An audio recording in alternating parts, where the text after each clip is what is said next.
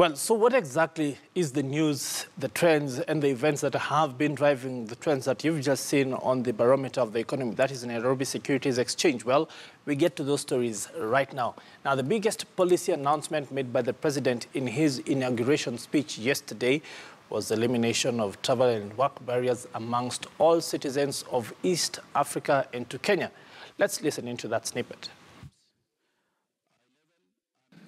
To our brothers and sisters in the East African community, you are our closest friends. Our fate and yours are joined at the hip.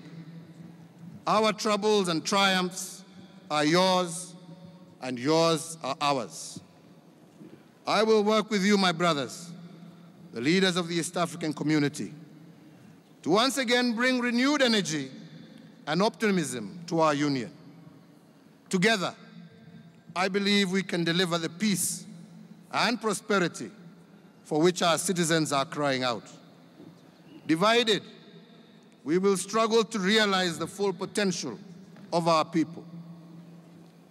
As a mark of our continued commitment to you, our brothers and sisters in the East African community, from today, you will be treated like Kenyans.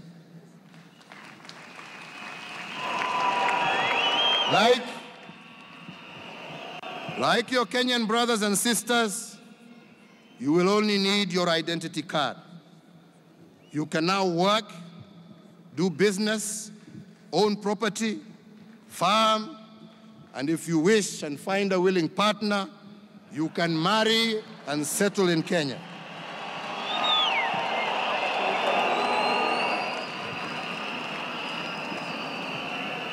And this commitment we make, again with no conditions for reciprocity, but driven by our desire for deeper regional integration.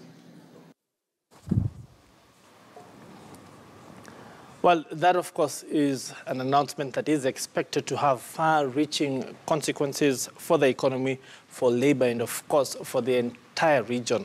Well, how would those people who are moving around get in and out of the country? Of course, they can drive. Well, they can also take the national carrier, Kenya Airways, which, as of yesterday, has been in the middle of, well, an engineer strike that has seen that kind of workers down their tools until a previous arrangement that had been agreed with the employer is fulfilled. Now, the striking workers had been locked in as of the time that we went checking yesterday.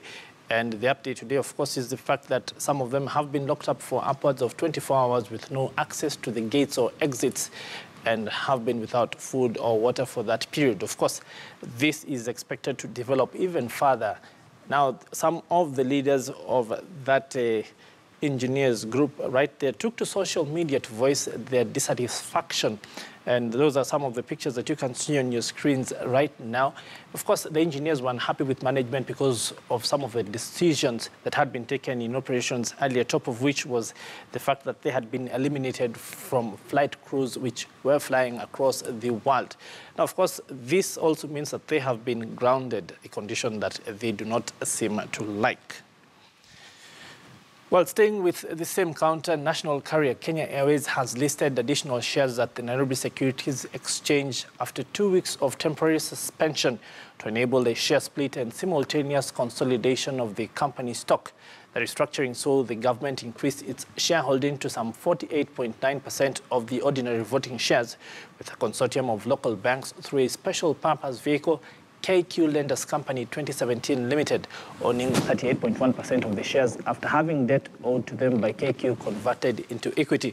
KLM will maintain a shareholding of some 7.8%, while the difference will be owned by government, public, and of course, an employee share option scheme.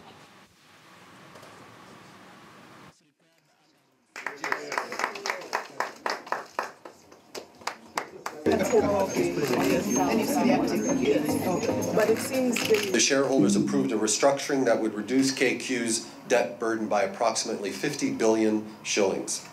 As a result, Kenya Airways shareholders' equity position would change from a negative 45 billion shillings to a positive approximately 12 billion shillings.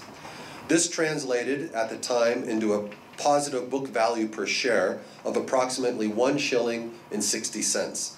So again, once again, we applaud you on this bold move using the debt and equity restructuring process.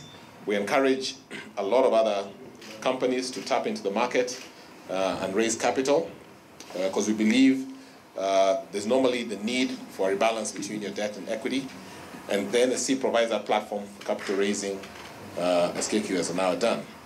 Commit that for the next months, what we will do, we will communicate regularly with the market about the progress of our restructuring.